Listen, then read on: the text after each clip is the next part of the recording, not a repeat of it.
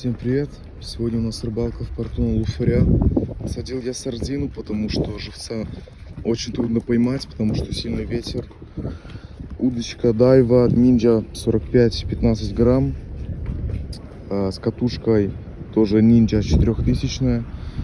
И пока что я только увидел большого луфаря, прошелся, просто увидел, что тут где-то есть наебка, и просто ушел.